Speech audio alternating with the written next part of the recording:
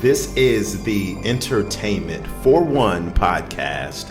And of course, as always, I am your host, Anthony, and thank you for watching. And if you like this content, please like, share, and subscribe to the channel. That's very important. Let's just get right into it. I'm talking about the downfall of Miami Vice. We're just going to dissect this season by season. But season one started off, the show was a slow burn, actually. It took a long time for audiences and everyone to get warmed up to the show because it was a hit brand new show created by Michael Mann and Anthony Yerkovich, who was an EP executive producer on the show. And it was a slow burn show. It took a while for audiences and for viewers to flock to the show. Actually, the first season was deemed as somewhat of a dud until summer reruns started to occur during the hiatus and break going into the second season. And it wasn't until the summer of 1985 when Miami Vice really started to take off towards the tail end of season one. Season two came around. The show was number 2 in the ratings, hugely highly successful.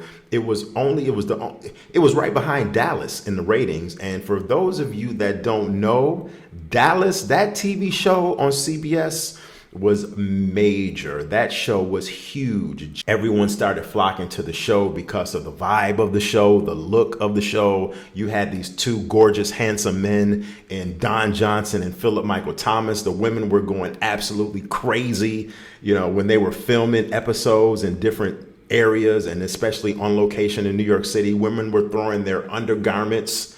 Women were throwing their panties to these gentlemen while filming the show. Season 2, success. But then we hopped into season 3. Season 3 opened up. Michael Mann, the creator, executive producer of the show, one of the creators, one of the cooks in the kitchen, but the main overseer of the show, he stepped away in season 3 because he had other projects he wanted to work on, other movies and other TV shows that he wanted to plot and work on. So Dick Wolf actually took over executive producer duties in season 3. Dick Wolf. Now, this wasn't the Dick Wolf that we all know and love right now of Law and Order fame, Chicago PD, and all of these historic shows that he's been doing for the last 30 plus years. This wasn't the Dick Wolf that we know right now. Okay, this was a young Dick Wolf. And when he came in, he made scathing, I don't want to say horrendous because some of the changes were made that were actually good, but he made a lot of changes that caused viewers to tune off and just tune out, actually. The season started off, the show had a brand new look. It was no longer the pastels and the oranges and all of the flashy colors, and the coolness of Miami Vice got taken down some notches going into season 3. We had more of a ripped from the headlines show in season 3. A lot of the episodes and the cinematography in season 1, the cinematography in season 1, especially season 2, was pristine. I mean, the quality and the crisp and the sharpness of the way the show looked visually, it was just so appealing to the eye. But then in season 3, things started to shift. Episodes just became more messy. A lot of the episodes and the majority of the second half of season 3 were just not as clear. They were just not clear. So I don't know if NBC cut back on the budget of the show, but the cinematography was just absolutely cloudy. It was not crisp and clear. The visual aspect of the show took a hit. The ratings in season 3 took a major hit. Season 3, they made a horrible executive decision to switch the time slot of Miami Vice and take it from the 10 p.m. prime time slot that we were used to seeing it in at 10 p.m. to switching it and having it go head to head up against Dallas at 9 p.m. on Friday nights, which was a major pivotal point for the show because Miami Vice at the time was just not going to win that demographic. Season 4, they came out with a lackluster first episode. And, normally Miami Vice was used to coming out with a bang for a season opener episode, season 1, season 2, and season 3. Not so much season 3. Season 4 suffered to me because, listen, the episodes just got downright goofy. Everything from Amen Send Money with the legendary Brian Dennehy. The Big Thaw episode was just wacky. Child's Play was a very good episode. Season 4 was a mixed bag, just kind of like season 3 was kind of like. Season 3 was a little bit more, season 3 was a lot more consistent than season 4. Season 4 was just a mixed bag. Listen, you just didn't know what you were going to get from a week to week basis. You would have serious episode, goofy episode. Although I like season 4, it was just a lot of goof in season 4. Probably the biggest goof episode was Missing Hours, which featured James Brown. The Cows of October was another that might be the worst episode in the series for me. You had two major arcs in season 4, which was not pitiful, but pivotal. Some of the episodes were pitiful, but the arcs were just pivotal. You had Sonny Don Johnson's character Sonny got married to Sheena Easton, and they killed off, spoiler alert, even though you already know the show is 30 something plus years old. Sheena Easton's character was killed off at the end of the season, which brought forth another arc of the Sonny Burnett arc when Crockett lost his memory due to a boat explosion. So he turned into, at the end of the season 4, he ultimately turned into his alter ego, his undercover alias of Sonny Burnett. And that carried over into the 5th season. Now, to the show's credit, the Burnett saga, as we call it, was for the most part pretty good. It got started off with two major episodes at the end of season 4. Deliver Us from Evil was the start of it, with Caitlin's death, his wife's death, and then Mirror Image to me was the last hurrah for Jan Hammer, who did the music. He was the conductor, and he did all of the music for Miami Vice. And that was another reason why Vice changed too, because Jan Hammer, who was the principal conductor and the orchestrator behind all of the show's music, the soundtrack for the show in each and every season, as far as the actual music that was composed, not the actual songs that were inserted into the episode. He was the composer for the show in seasons 1, 2, and 3. He stepped away in season 4, and they brought in someone new to be a composer. You could tell in certain episodes in season 4 when he was there, when his music and his cues weren't. He just had that signature sound. And so Mirror Image was the last episode that he did composed actually. So the Burnett arc carried into season 5, and season 5 was just totally off the rails.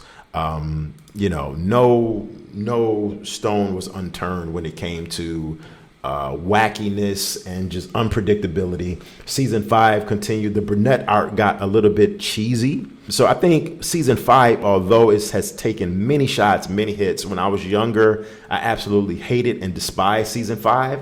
But now that I'm older, I can understand it. There were a lot of real and authentic elements placed in season 5. So I have a newfound, over the last, shall I say 15 years, 16, 17 years, I've grown a serious affection for season 5, where although it had its moments that were not good whatsoever, including the finale Freefall, which I thought was not good. They could have sent Sonny and Rico out on a better note than that. Honestly, to add this point, I would be remiss and I would be lying to say that the whole entire Freefall episode was terrible. The last 10 to 10 minutes of that episode was absolutely amazing. Crockett and Tubbs having the dialogue at their lockers. We finally get a chance to see the last shot of the OCB. And then at the very end, where Crockett and Tubbs are by the beautiful white Testarossa, sending their goodbyes to everyone, saying goodbye to themselves as they get ready to ride off into the sunset.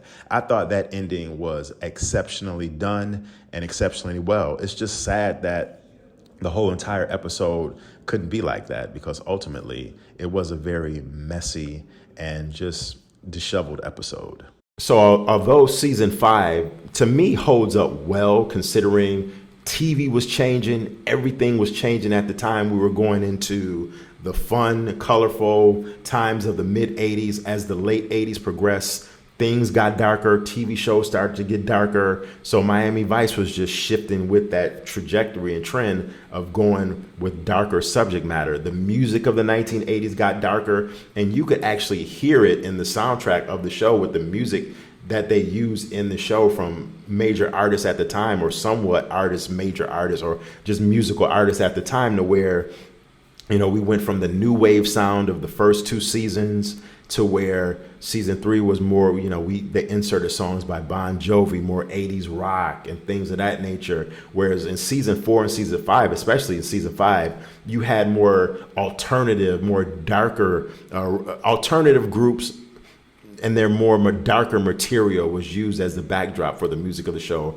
Artists like Echo and the Bunnymen, artists like The Church, you know, art groups that had that whole Cure dark vibe, because that was just the time of the 80s. The 1988 and 1989 were not necessarily, they were so far, those 2 years were so far removed from the new wave influence and music and taste and everything that was going on in the early mid 80s. It was just like night and day, you know. So it's just weird how, you know, season 2 and season 5, there was only a separation of 2 or 3 years between those seasons, but 2 drastically different shows. Like, you could literally take the first 2 seasons, set them apart. Season 3 is its own standalone season, but season 5 was just completely like a totally different show. It lost its identity, actually. The fact that they bounced around the time slot of Miami Vice from 10 p.m. to 9 p.m. Sometimes there were some Fridays where the show, you know, didn't air. There was a writer strike. They went on hiatus. So season 5 got started late.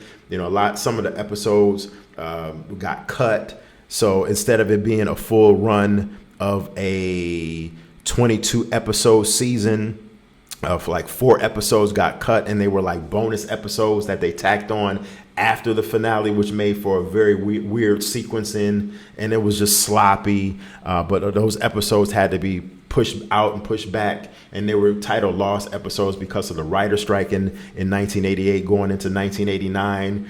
You know, the show in season 5, well, actually, the show started to change with the look, actually. Like, this is one of the contributing factors, too, I believe, in season 4 that kind of threw everybody off.